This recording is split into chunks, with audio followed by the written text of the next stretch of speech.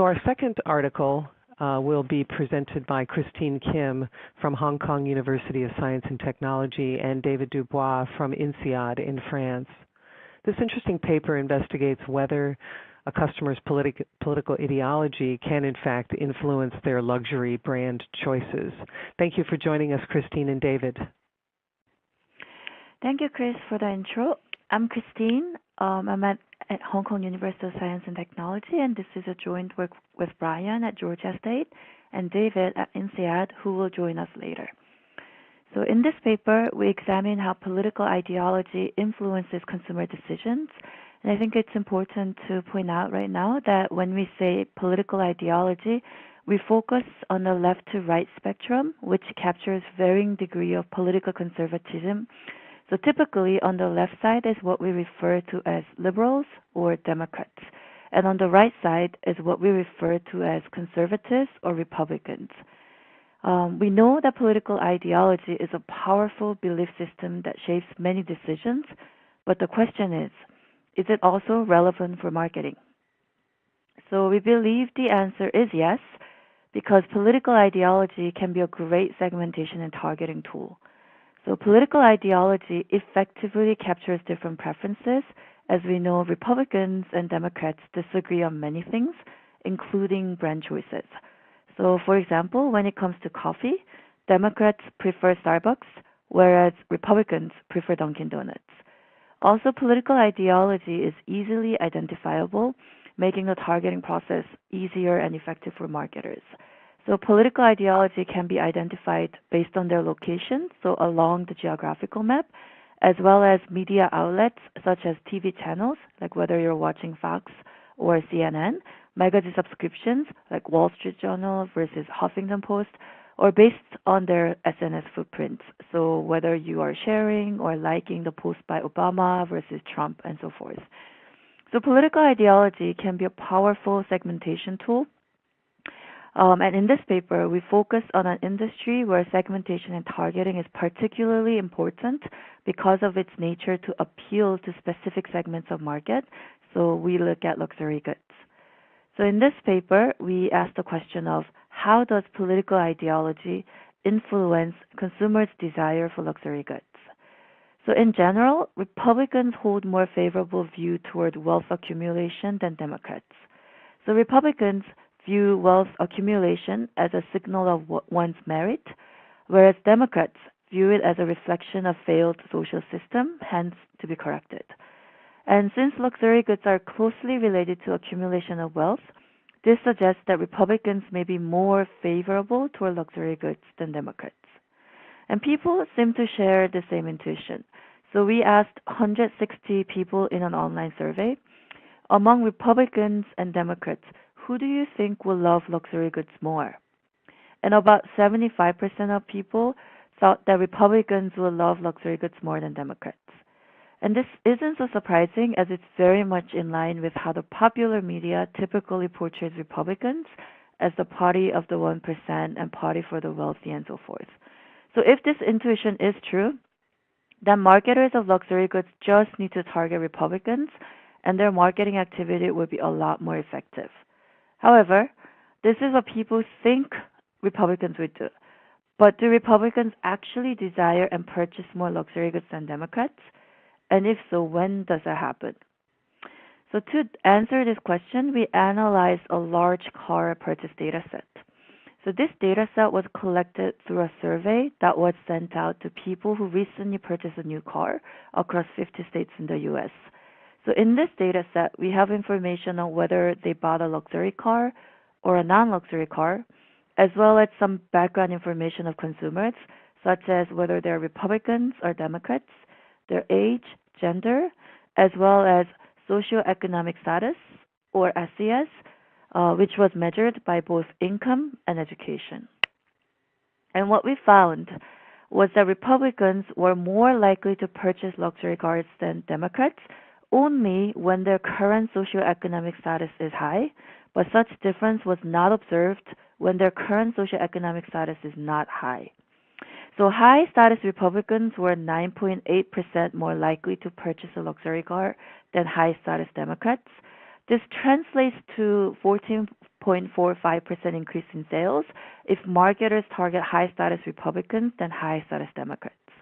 And this is very interesting because marketers of luxury goods often just target high-status people, but what we find is that even among the same high-status people, if you target Republicans, you may gain about 15% increase in sales.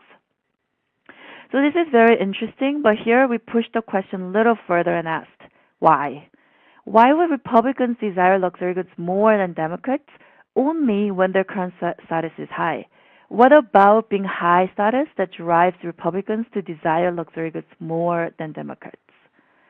And our answer is their motivation to keep and maintain their current status underlies this effect. So in terms of motivation, one thing unique about being high status as compared to low status is that they are more sensitive about keeping their status. And because Republicans are much more responsive to the goal related to keeping status quo, such as maintaining current status, this difference between Republican and Democrats emerge only at high status. In other words, what we argue and find is that it's not just specific only to being high status, but whenever motivation to keep current status is high, Republicans should show greater desire for luxury goods than Democrats. And this is important because people generally use luxury goods for two purposes, which I'll explain in a bit. And what we are saying is that the difference between Republicans and Democrats will emerge only under one of the purposes.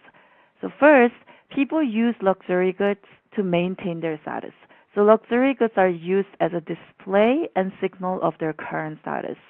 Or second, people purchase and use luxury goods to advance their status. So luxury goods are used as a tool to improve their status. And marketers also seem to be aware of this as both appeals are used in advertising. So on the left side are examples of luxury brands telling you that their product can help you keep your status. So like Rolex says classes forever, and Patek Philippe says you never actually own it, but merely look after it for next generations. And on the right side are examples of luxury brands telling you that their product can improve your status. Like Aston Martin tells you that adding a piece of art adds value for life, and Audi tells you to update your status with status. So if what we argue is true, that is, Republicans desire luxury goods more than Democrats when the motivation is on maintaining their status, we would be able to see that Republicans desire luxury goods more than Democrats when an ad emphasizes on maintaining status like as on the left side, but not when it emphasizes on advancing status like as on the right side. And we tested this in the next study. So we recruited 403 participants in an online platform. They first indicated their political ideology, then proceeded to what was presented to them as a marketing survey. All participants were told that they would see an ad for a new eyewear brand and evaluate it afterwards. Importantly, participants were randomly assigned to view one of the three ads that had different messages.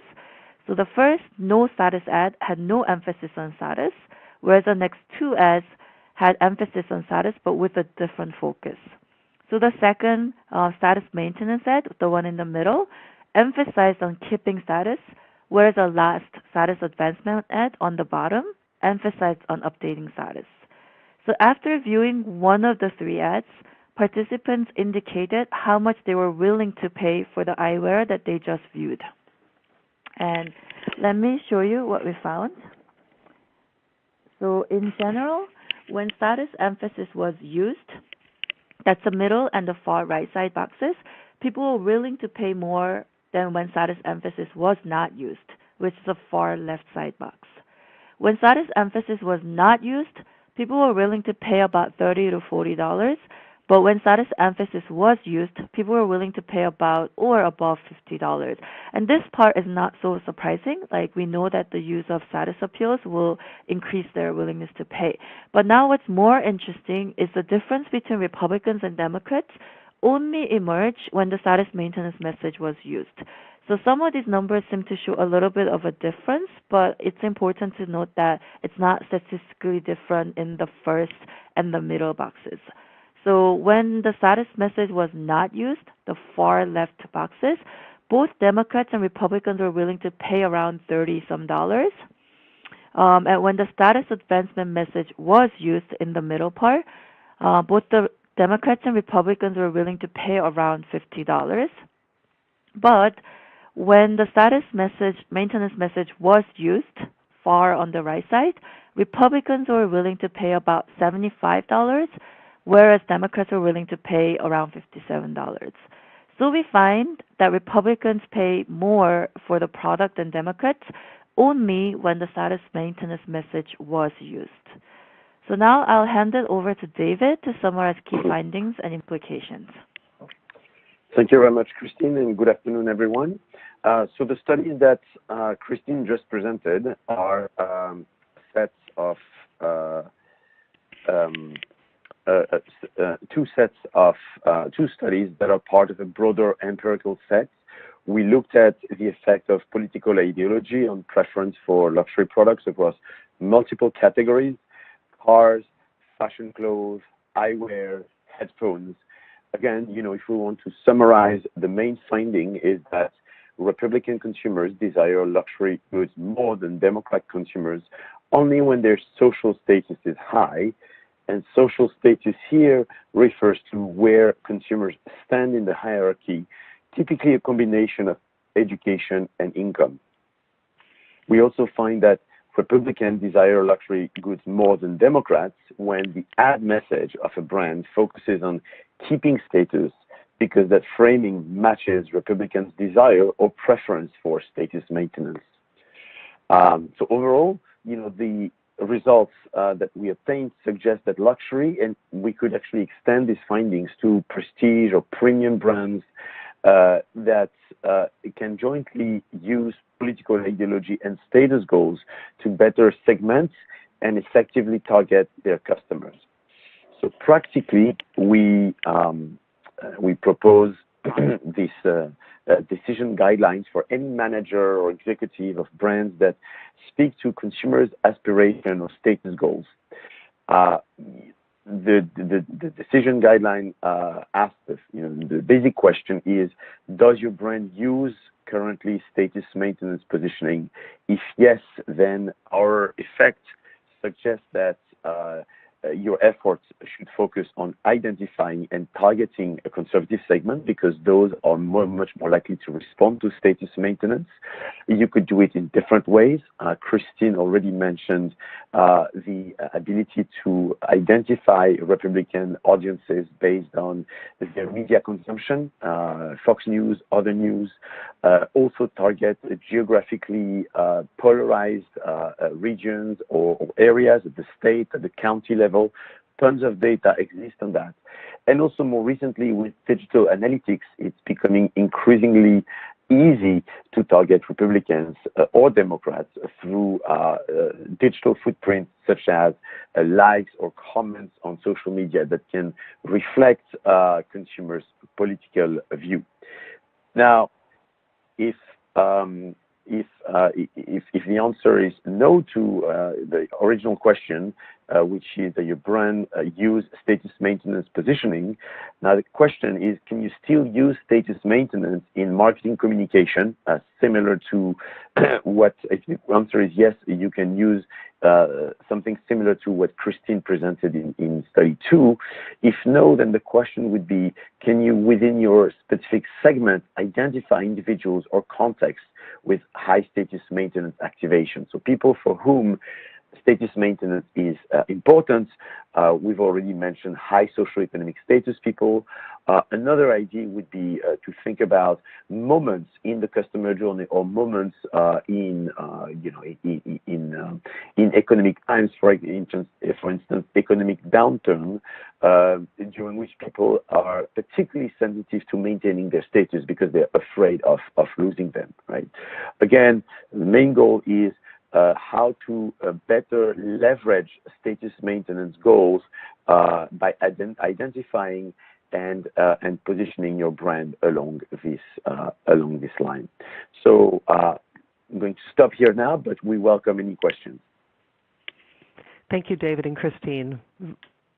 So let's start in with a couple of questions. So one question is that your paper focuses on liberal versus conservative types of political ideology, but are there other dimensions of political ideology that might be relevant to marketers? And is there a reason why you focus on this particular distinction, or is there any other instruction that you could give to the marketers that are listening with us today to deal with this whole issue of political ideology? Sure. So I'll take this one. Very, very interesting question. I think that one of the reasons why we focused originally on political ideology is that it's an increasingly easily available data. At the county level, very, very narrowly segmented. And as a result, we thought that it would be quite interesting to see when and why in the U.S. politically Democrats and Republicans differ, and how could brands better target them. Now, we focused on Republicans in our case. We originally, we're looking at both sides of the spectrum, but in our data set, in our investigation, it turns out that this effect of Republicans for a greater preference for status maintenance emerged. Now, it doesn't mean that there are no other tools to favor to target effectively Democrats. It's just that these would be different dimensions. So, for instance, there's other work that have been looking at uniqueness, and it turns out that Democrats typically tend to rank high or score higher on uniqueness. And that translates into also the kind of positional goods, the kind of status goods that they are going to use, more what we call horizontal differentiation than vertical differentiation. Some colleagues from Boston actually studied that. And so, it's very important. Here in our paper, we focus on distinguishing between status maintenance and status activation or status advancement. But there are also other ways in which, other parts, other ways you can disentangle, dissect, if you will, status, and that could be relevant for both sides of the aisle. Interesting. So there's a question from Tajamul, and I'm going to sort of take that question, Tajamul, and expand it a little bit. But his question specifically was, what's the reason for choosing luxury goods, and do you expect differences will be translated into other categories? And just more broadly, other than the luxury industry, do you think that political ideology has relevance to marketers in other industries as well? So I'll answer that question. It's a great question. So first, on why we picked on luxury goods. So we started off with political ideology. Actually, there's a whole part that we sort of skipped and didn't go in, but political ideology is actually one of a really powerful belief system that shapes your belief on what you should do with wealth. So whether you should accumulate it and how it should be distributed in society and so forth. And luxury good is fundamentally that. Whether you would purchase a luxury good, whether you feel it's a right thing to own luxury goods or not, will actually have a lot to do with how you believe luxury goods should be consumed.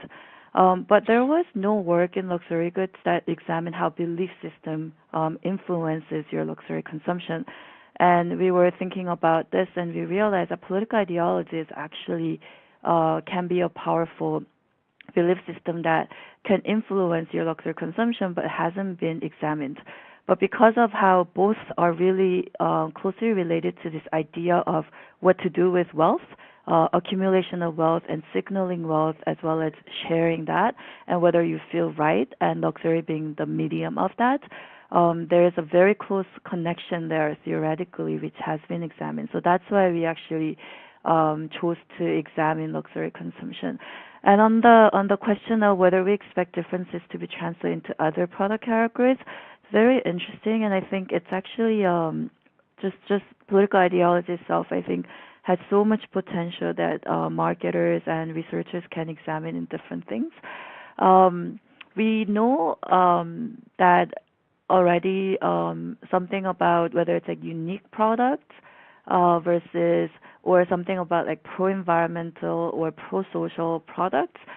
Democrats prefer that more. So there's some research showing some products that has more of a pro-environmental or pro-social appeals to that.